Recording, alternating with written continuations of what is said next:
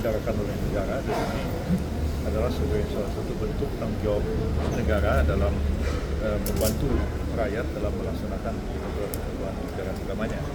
Dan karena itu semua paspor semua dikeluarkan oleh imigrasi, bukan ada paspor haji seperti zaman dulu ya. Dan semua paspornya itu harus paspor yang sah, dan penyelenggaraan ibadah haji pun juga tunduk kepada kuota yang diberikan oleh pemerintah Saudi kepada pemerintah Republik Indonesia. Dan kalau ada orang berangkat sendiri di luar itu, kecuali misalnya diplomatik atau tugas pemerintah, itu mungkin mereka dapat pergi dengan paspor dinas, tapi juga setelah mendapatkan visa dari pemerintah Saudi Arabia. Nah, kadang-kadang ada orang berangkat menggunakan paspor dari tapi menggunakan kuota Filipina misalnya. Jadi kalau kuota OKI itu hanya diberikan sekitar 1% dari jumlah penduduk. Nah, penduduk Filipina ada 110 juta, berarti kan ada 1,1 juta kuota orang Filipina. Nggak mungkin orang Filipina pergi sampai sebanyak itu, karena jumlah orang Islamnya kan cuma sekitar 5-6% di Filipina. Kadang-kadang menggunakan kuota itu. Nah, akhirnya itu tidak ada yang bertanggung jawab. Nah, itu yang dikhawatirkan oleh pemerintah. Jadi sepanjang pelaksanaan haji itu dilakukan menurut ketentuan resmi dari pemerintah, dan penyelenggaranya adalah Kementerian Urusan Haji sekarang ini, maka pemerintah bertanggung jawab terhadap jemaah hajinya. Yang repot kadang-kadang kalau mereka berangkat sendiri di luar ketentuan pemerintah dan pengurusan pemerintah, timbul masalah. Pemerintah kan nggak bisa lepas tangan juga, karena dia warga negara, kita harus wajib melindungi warga negara kita di luar negeri. Artinya kita perlu apresiasi juga petugas imigrasi di bandara, dan juga imigrasi jemput bola ke Pondok Gede, hal-hal semacam itu, skema semacam itu. Kalau yang berada di asrama haji itu pasti adalah jemaah haji yang memang berangkat sesuai dengan peraturan pemerintah. Yang jadi masalah itu begini, misalnya orang punya paspor di Indonesia terus pergi ke Malaysia atau pergi ke Filipina, kan nggak bisa dilarang. Negara ASEAN mereka bebas visa. Mungkin dia bilang, saya mau mengunjungi keluarga saya di Manila atau di Kuala Lumpur. Nah, begitu di Kuala Lumpur, mereka kemudian pergi haji naik Filipina Airlines atau naik Malaysian System, dan kemudian sampai di sana jadi terlantar. Itu yang jadi masalah. Upaya-upaya itu justru merugikan jemaah haji. Ya, merugikan jemaah haji sendiri. Dan sekarang kan sebenarnya pemerintah sedang berusaha untuk suatu ketika itu nanti nggak akan ada lagi kuota yang tidak terpenuhi. Apalagi pemerintah kan sedang mempersiapkan pembangunan kampung haji di Mekah dan perbaikan pelaksanaan ibadah haji. Apalagi sudah ada kementerian yang khusus menangani haji aja gitu. Nggak urusan yang lain.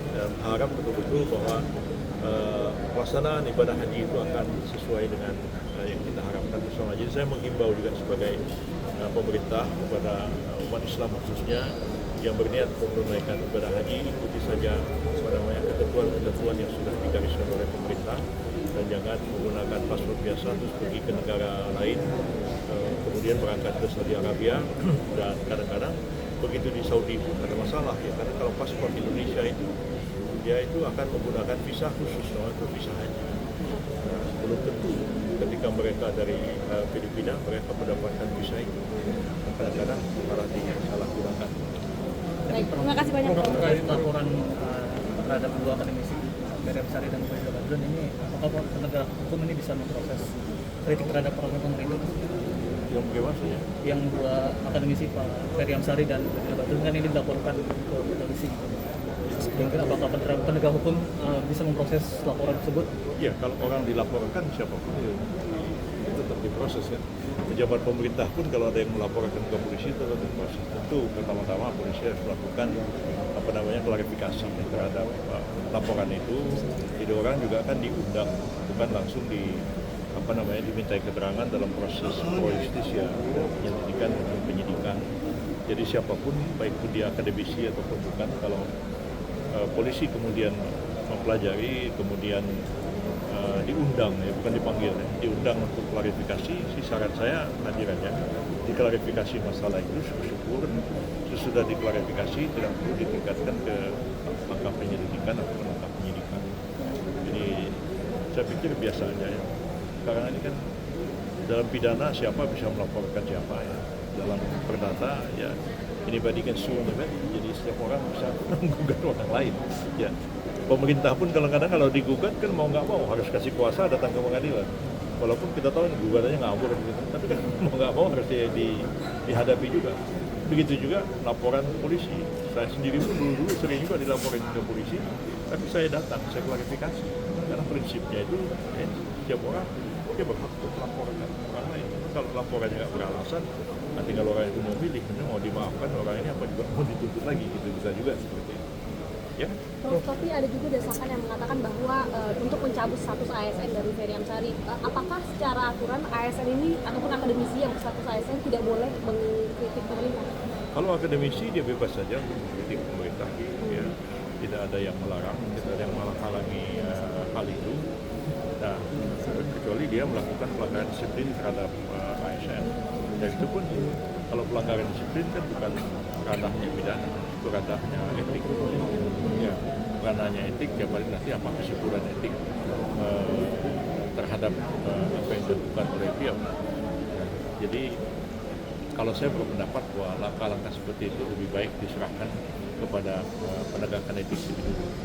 Ya, kalau etik mengatakan tidak ada pelanggaran etik, ya apalagi apa dasarnya mau melakukan penyidikan pidana kan gitu? Atau dianggap bahwa itu hanya perlu diselesaikan dalam forum etik saja. Atau bisa paralel gitu nggak prosesnya? Biasanya etik dan pidana itu pasti etik didahulukan. Ya, polisi juga begitu, DKPP juga bertindak melakukan yang sama. Jadi lebih baik ada disampaikan ke forum etik. Ya, kan bisa berdebat di forum etik. Nanti akan dinilai secara etik apakah ini terjadi pelanggaran atau tidak. Jadi kalau beda halnya kalau misalnya melakukan penghasutan, kalau penghasutan itu delik pidana, itu agak repot. Tapi saya kira bukan delik penghasutan, orang berpendapat nggak bisa dihalalkan. Ya. Terima kasih, Prof.